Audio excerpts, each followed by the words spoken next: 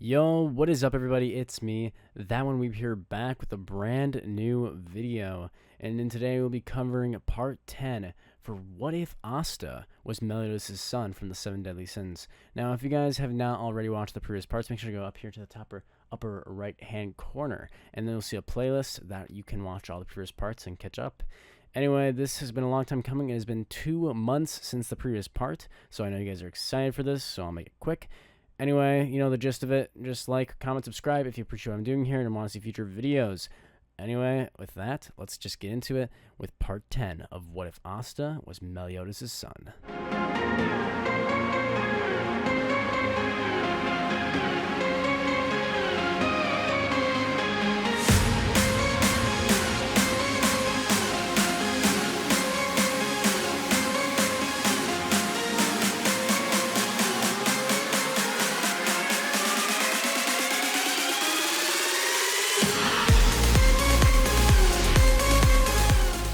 This is a tale of ancient times, an era before the human and non-human worlds were forever divided. After many, many battles, the 7 Deadly Sins, an order of legendary knights, would be divided. Dragon Sin Meliodas and Princess Elizabeth would have a son in a faraway land, and his name was Asta. Asta would eventually attain his own grimoire and start his journey to become the Wizard King. Hey everybody, it has been 2 months, so I know for some of you guys who remember the last part but need a refresher, I will do a quick review of what just happened. Speaking of which, last time, Asta battled against one of the key members of the Eye of the Midnight Sun, that being Vetto, the user of beast magic as well as demonic magic, which Asta defeated using his arc, his angelic half from his mother's side, as well as using the raw power of Meliodas that he has. Anyway, this time we will be covering the Forest of Witches arc, which has been something you guys have been looking forward to for a very long time, and we'll be getting into that now.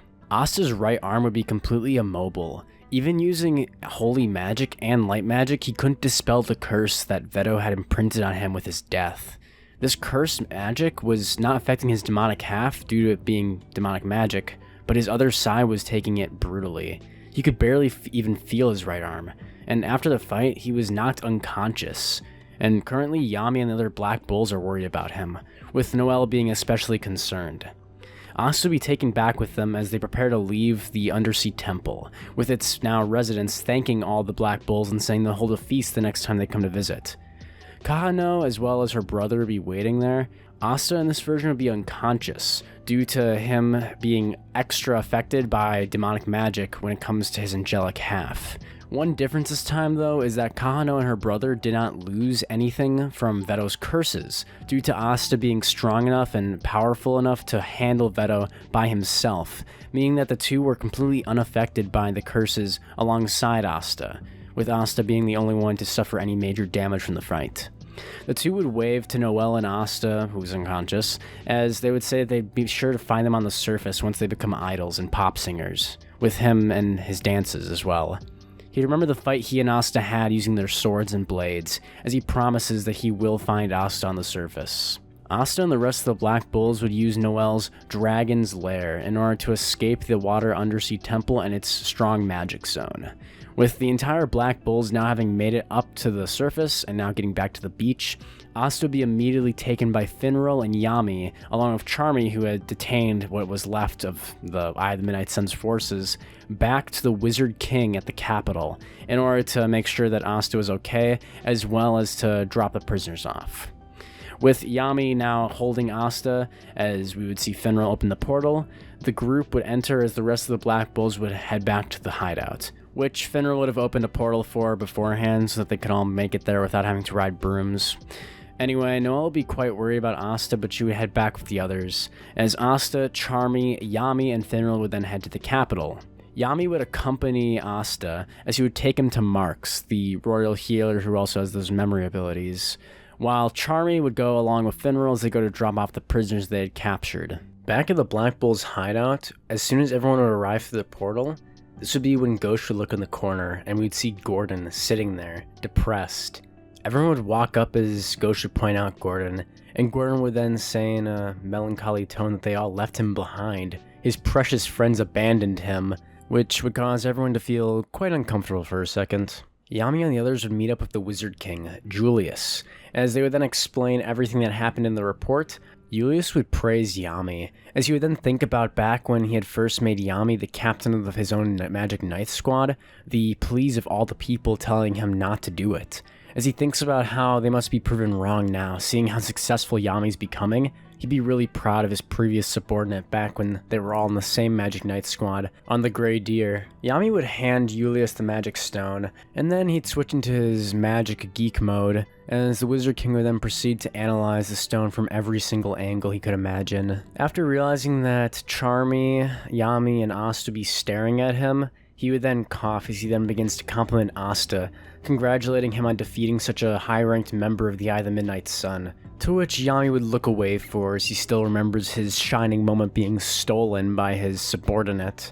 Asta rubbed the back of his head saying thanks, as Julius would see him and in his mind see an image of Meliodas. Julius would then pat Asta on the back, saying that he's one step closer to being the Wizard King, and Asta would then remember his goal, as he thinks about Yuno. Speaking of which, suddenly a transmission from Marx would occur, as he would tell the Wizard King that there's an attack on Khitan from the 8 generals of the Diamond Kingdom, which would cause everyone to freak out besides Asta, who would then ask, What are the 8 Shining Generals?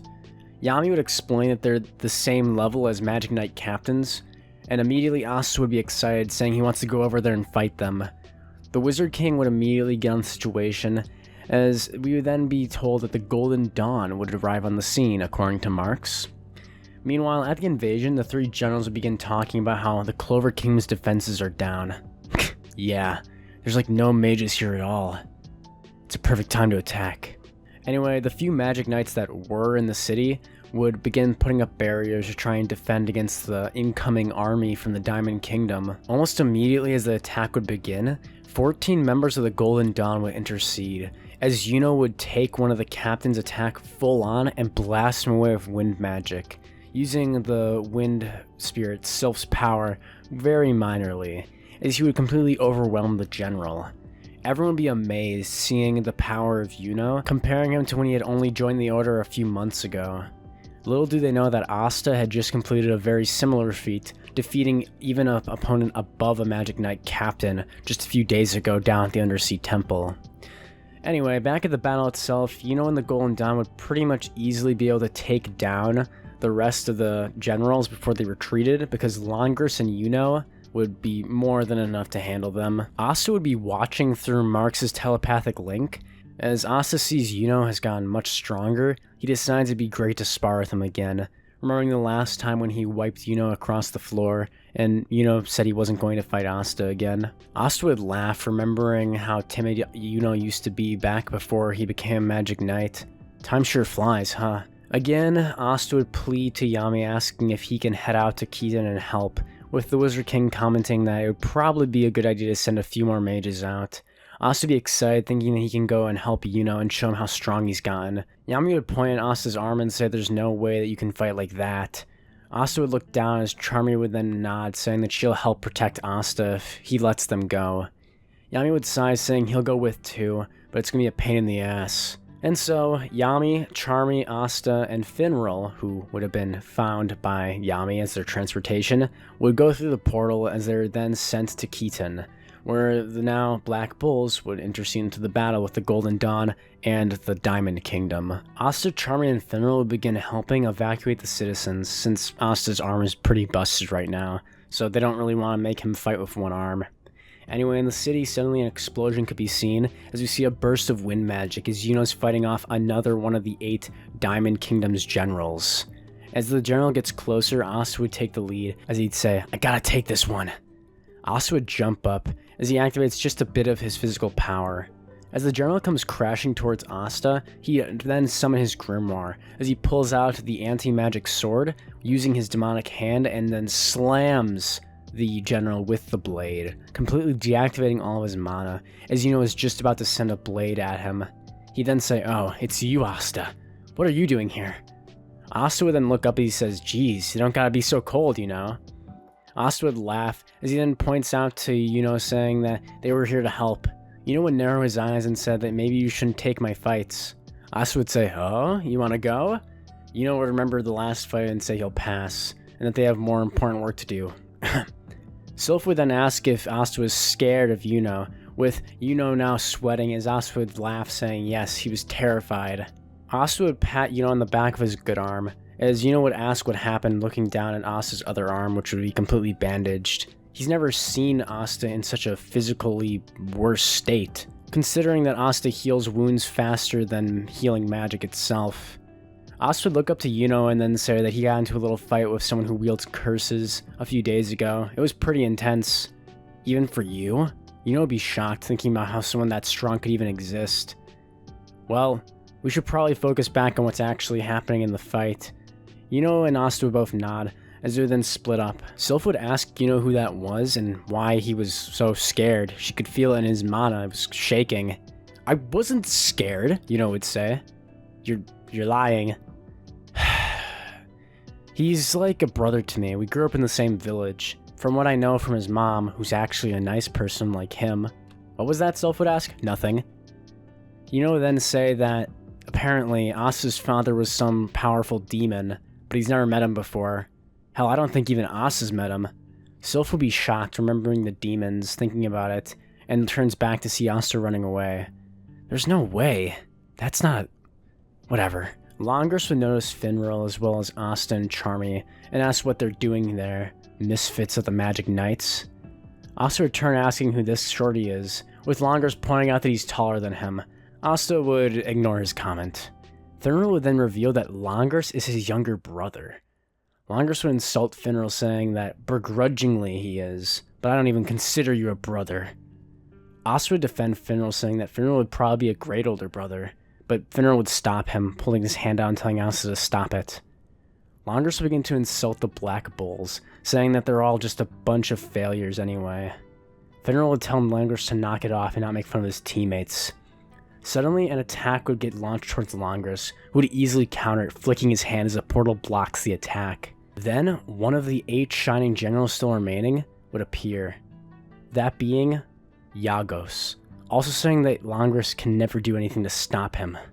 He'd say he's going to take Longrus' head back to the Diamond Kingdom. Everyone would notice as Yagos would have captives. Longrus would decide to attack, but the citizens... Asta would stop him, telling them that they need to save the citizens first, as he holds his hand out, blocking and disabling the attack of anti-magic. Longrus would be shocked as his portal was disarmed before he could even launch it. Anyway, Asta, Charmy, and Finral would begin their attacks, as Finral would launch Asta towards the general using his portals. This would be when the battle would start, and Yagos would try to attack Asta. But the moment that his blow was about to hit him, Finral would warp Asta then up directly above Yagos. Asta would pull out the huge Demon Slayer's sword, that being the anti-magic blade, as he would then slam down, hitting Yagos, and deactivating his spell. The Diamond General would then attack again, attempting to hit Asta with a physical attack. Before Finral could do anything though, Asta using just one arm would block it without using any magic, as he takes the full physical impact, and then would reflect it, twisting his hips midair as he pulls out a black wing from his demonic side, summoning it using his demonic magic. What the? Asta would suddenly spin his body at super fast speeds in the air, using both of his wings, his demonic and angelic wings, to spin like a drill, as he would then throw the attack back at almost double the force towards him, hitting the Diamond King General with a massive amount of damage as he gets sent flying and crashing through 2 buildings. This would be when Finral would turn back to Longrus and say, "So who's the failures again?" Asta would give Finral a high five, saying that was awesome using his portals, and Longrus would be speechless with his mouth gaping. What the? When did they? That stupid short kid. Damn commoner. Meanwhile, elsewhere, Yami would be interrogating the captain of the Golden Dawn. William, sorry, but I can't have any chances. He'd pull out his katana, pointing the blade towards him. Remove your mask, now.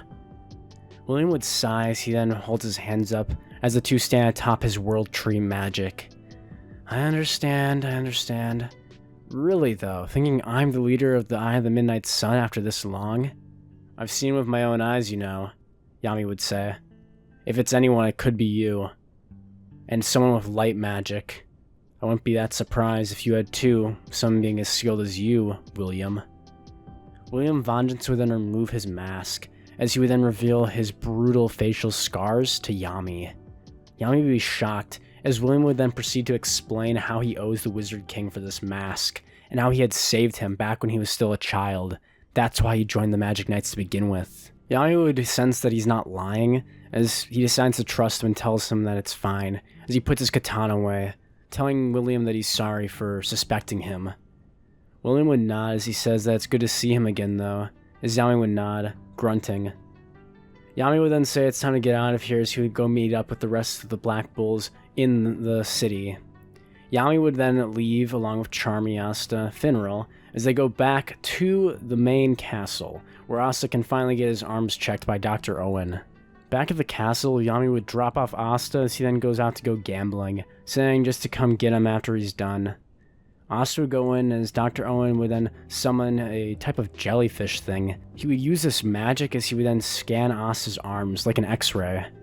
After he examines them, Owen would be shocked, gasping, as he tells Asta that it's a miracle that his right arm is still functioning, as he explains that there's some kind of magic inside Asta's arm that's battling against this curse, but from the way it's looking, it's not winning. The way I see it, if you didn't have whatever that light magic inside of you is, your entire right arm would be unable to move. It's a miracle you can feel it at this point. Asta would be shocked, as Dr. Owen would say that at this point, it might even be worth getting amputated. It's really that bad, Asta would say. He would nod as he explains that curses are a very serious type of magic that can affect your vital organs, and even just small parts of curses can affect you for life, even kill you. They're so powerful that not even light and healing magic can disable them. I've never seen anything like this before, at least nothing to this degree, he'd say. Asta would be shocked looking down, as he decides that it's fine. If that's really true, then I can still fight with one arm. Outside of the door, we would see Finral looking shocked, as he thinks that it's all his fault. If we didn't rely on him so much back then. We could see a flashback of Asta fighting against Vetto back under in the Sea Temple. Then maybe he wouldn't have lost an arm. I have to figure out a way to fix this, Finral would think. Finral, overhearing the conversation, would escape just as Asta was opening the door. Afterwards, Yami, Asta, and everyone else would head back to the Black Bulls headquarters. Yami would then announce saying that they're going to be having a party to celebrate getting rid of all of their negative stars. Everyone would cheer as they began drinking. Noel would offer to help Asta eat by feeding him, but Asta would then laugh, saying he still has his other arm, with Noel turning away, saying that's not why she offered to begin with. Asta wouldn't hear her though, as he continues to eat happily along with the rest of his friends. Noah would blast water at him for being such an idiot. Anyway, after a while, Asta would leave from the party, as he says he has to go take care of something. Asta would reveal one wing as he tells Yami he'll be back later, as he begins flying back to Hodge Village at top speed. If Mom really can't heal this, then I don't know if anyone can, he'd think. As Asta would get back to Hodge, we would then see his house on the outskirts of town, as he'd land and deactivate his wing. Elizabeth could already have detected Asta's magic power coming back towards the village, so she already knew that he was on the way. She'd open the door as she asked what's wrong, with Asta not having been home in multiple months, but still writing letters. Elizabeth would see Asta's arm and would gasp, shocked as she sees it's all blackened, with a light faintly surrounding it. Hey, Mom, got a funny story to tell ya. Sit down now, Elizabeth would use in that mom tone. Asta would stand up straight, says, yes ma'am, as he goes into the room and would then sit down, with Elizabeth being worried, biting her nails. She closed the door as she then walked in, asking Asta what the hell happened, with Asta then explaining what happened at the Undersea Temple. I fought against a guy who used this beast magic. His name was Vetto. He's part of that terrorist organization that attacked the capital. And he what? Elizabeth would ask. He could use some sort of demonic magic. I've never seen it before. Anyway, he grew this really creepy eye out of his forehead, and then when he died, he cursed my arm, I think. This is some kind of curse magic, at least that's what the doctors at the Capitol said. Even I can't heal it. I've been using angelic magic on my entire arm and nothing's happening. Asta would say. So, I was wondering if maybe you could... Elizabeth would nod, saying she'll give it her best shot, hoping that it would work. Elizabeth would hold her hands out as she would then close her eyes, having not had to use magic in many years at this point. She would then summon light magic as her eye would turn orange, the symbol of the goddess race, as she tries to heal the curse in Asta's arm. She'd be shocked as her pupils would dilate for a second. I think this might be beyond me, she'd say. Whatever that curse was, it's nasty. I know there's some way to heal it, but honey, I don't think I can use light or holy magic to fix this. She'd whisper under her breath, if only Bon was still around. Huh? Asta would look up. Nothing, she'd be thinking. She'd remember the healing and restorative properties of Bon's blood, able to fix curses using the power of the Fountain of Youth from the fairies. Anyway, she'd look around. If there's any way that we can fix this, then let's do it as soon as possible. I can't bear to see you like this, she'd say. As Elizabeth would look at her son, she would then think about Meliodas, remembering when he had died, all 7 of his hearts ripped out by the 10 Commandments. She would have a small PTSD attack as she breathes out, Mom, what's wrong? Nothing, Elizabeth would say. Elizabeth would turn around as she just says that, I remember when your father used to do this. I couldn't help back then either. We'd see a tear run down her face through the window from the reflection on the outside. Mom, I'm sorry, I wanted to check if maybe there was anything you could do, and Elizabeth would turn around saying she's sorry for being so useless. Asta would tell her that's not true as he uses his good arm and wraps around his mom, giving her a hug. Elizabeth would tell him that there's anything that she can do, she'll try. She's gonna try and figure out if there's anything that she could think of. Asta would nod, saying he'll be okay, as the doctor said that his magic should last for a while at least against the curse, so his arm won't be completely useless.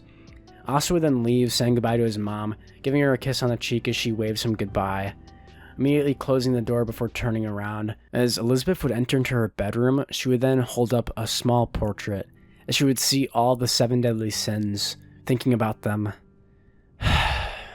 Those days were really the best, huh? She'd be thinking.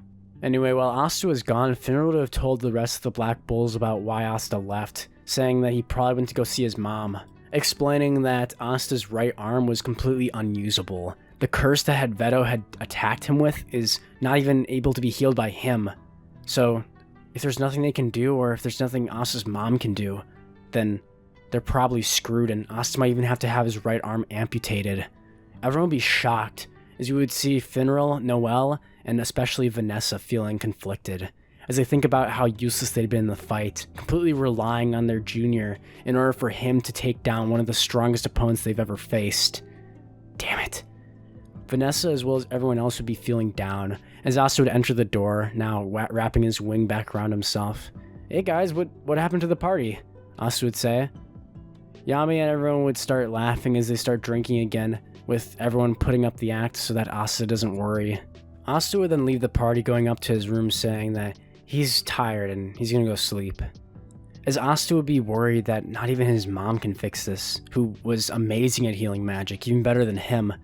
Maybe there's no way it can get fixed after all. Asta would be sitting on his bed looking down, as he would then squeeze his left fist. Well, if I only have one arm, then I gotta make it twice as strong. Asta would smile as he then gets on the ground doing one-arm push-ups, saying, I'm not gonna give up. I'm gonna keep going until I become the Wizard King. He'd scream out loud, laughing, as everyone would hear him, as this would cheer everyone up, which would be when Vanessa would suddenly get an idea. Vanessa would think, if there's one witch in this entire world who has the magic to heal curses, it would have to be her mother. Anyway, if you guys want the next part for What If Asta was Meliodas' son, make sure to get this video to 300 likes and I'll start working on the script for the next one. Anyway, next episode we'll be getting into the meat of the witches arc. This was sort of the beginning, as well as inciting everyone to know about Asta's arm, as well as getting a bit of an update on Elizabeth and some more of 7 Deadly Sins lore stuff. Anyway, I hope you guys enjoyed it. If you liked this video, make sure to hit the like button. I know you must have never heard that one before. Make sure to hit the subscribe button and comment down below what you thought of this episode. Anyway, I'll see all of you guys in the next part. Goodbye.